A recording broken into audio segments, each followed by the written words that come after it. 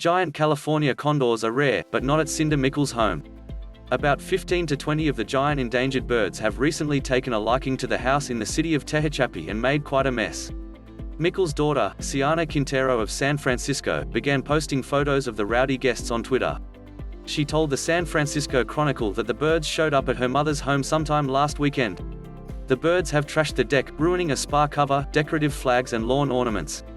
Plants have been knocked over, railings are scratched and there are droppings everywhere.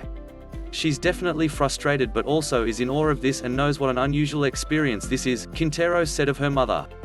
The U.S. Fish and Wildlife Service, which runs a program to save the species from extinction, responded on Twitter. The agency noted that the house is in historic condor habitat, and suggested that Mickles try harmless hazing like shouting and clapping or spraying water. It is not unusual to see large congregations of condors in certain high-use areas like the region where this incident occurred, especially when feeding, Fish and Wildlife spokeswoman Pam Bierce said in an email.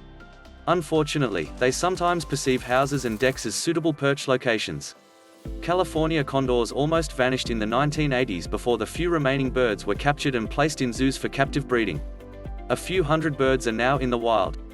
As condors recolonize parts of their historical range, people could increasingly find themselves interacting with the curious, intelligent, social birds, Bierce said.